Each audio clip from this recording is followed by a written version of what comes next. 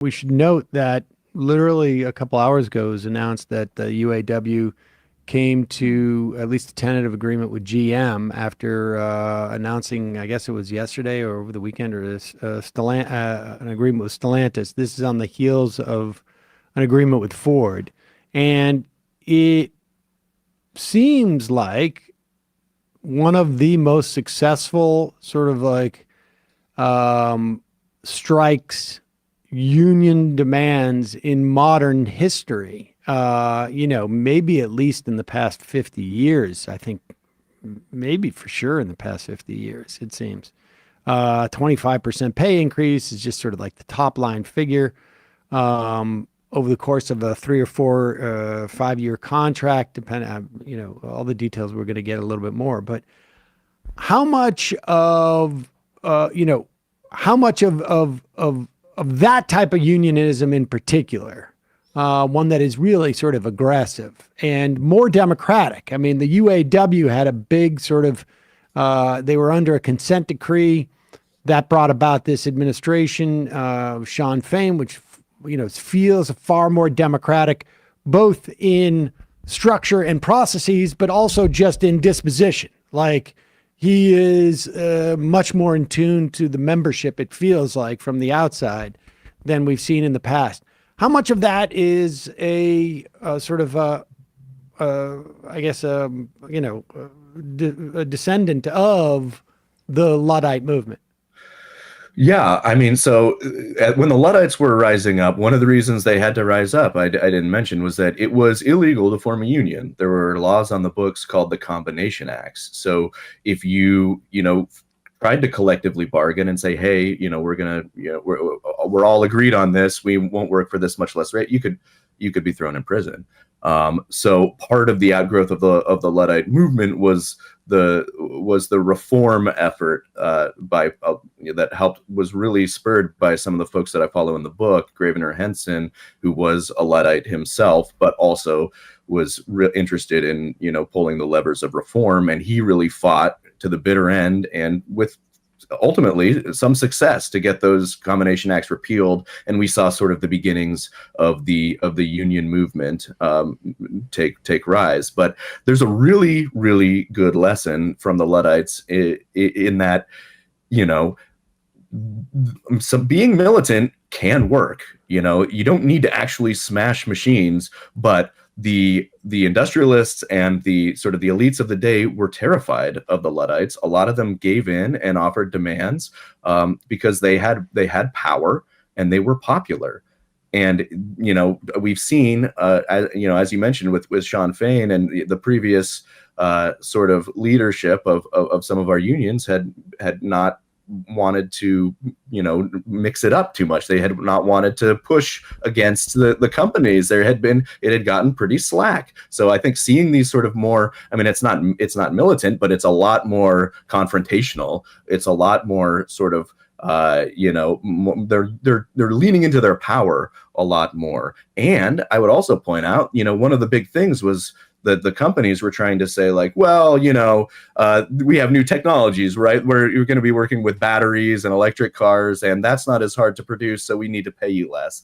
And one of the things the union did was stand up and say, absolutely not. This is still labor. This is still very labor intensive and skilled work. Just because it's a new technology does not give you the right to say that you should be paid less or take more work off the table. Same thing with the WGA. I would say that that's another modern example of a very successful Luddite tinged strike, because they saw the studios saying that, well, we want to be able to use AI to write scripts, and then you can, maybe we'll let you rewrite them for a lesser fee. And they drew a red line. And I argue, and I think I did argue in one of my columns, that that's Luddism in the modern day. You don't need a hammer. You just need to reject what is going to be an exploitative use of technology. Because they knew the studios were not going to write a whole movie with AI. They were just going to write a blueprint, bring it to them and say, okay, well, you can get a rewrite fee for this, but we'll own the rights. You don't get residuals. You don't get all this. And it was mostly a way to try to break labor power, to try to degrade conditions. And they drew that red line in the WGA, and they said no. They said, absolutely not. If somebody's going to use AI, we're going to have control over how it's going to be used. The studio can't do it.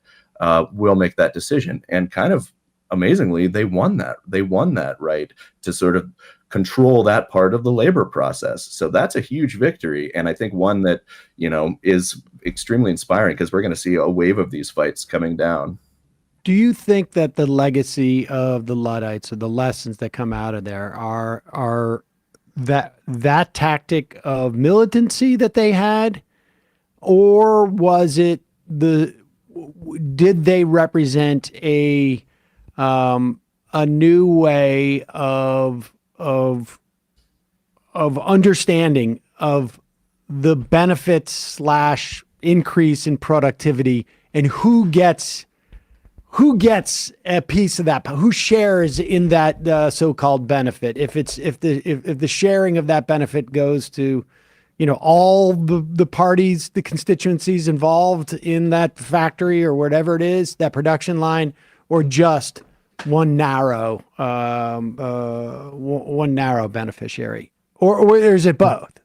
Yeah, I mean, I think it's a little bit of both, but I think it's more the latter. I think it's saying it is, in fact, you should be encouraged to question how technology is going to be used in your workplace, in your life, in your daily routine. Like, who is a given technology going to serve? Is it going to serve you, the worker, or is it going to serve your boss at your expense? And it's giving, I think, people license, again, especially, this is really important in this era where for so long we've been taught that progress is equal to technology. It's Silicon Valley is the bringer of all of these, great technological gifts, and, to question or to resist them was unthinkable for so long. I mean, we've seen some of that change with the tech clash and so forth, but there's still a lot of people who are very resistant to even say, like, well, wait a minute, like, this seems like an awfully raw deal. And we're seeing that, I think, thanks to the writers and to a number of the other sort of folks who are pushing back on this right now, we're seeing that facade start to crack, because the Luddites are exactly saying what you pointed out, Sam. It's asking if this technology is going to be used for the end of exploitation, and giving license to refuse it, to oppose it, to draw a red line, and giving us more say over how we want technology to be used in our lives. Because so often, as you said at the top, it's being used by folks who are hoping to just profit off of it at our expense. It's that simple. If the control only goes to the VC class, to the tech titans of our day, to the managerial class, the people who are using technology for the express purpose of profit, then you can pretty well intuit the outcomes and who's gonna be affected by that. So I think the Luddites have given us a good example, and an important example, to look at the way that it's being deployed in society, or even in our specific workplaces, and to question it. And it's okay to question it. It's okay to be a Luddite. And in fact, there's great power in being a Luddite.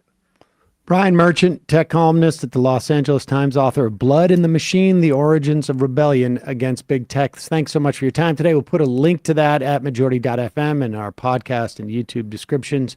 Really enjoyed it. Thanks so much.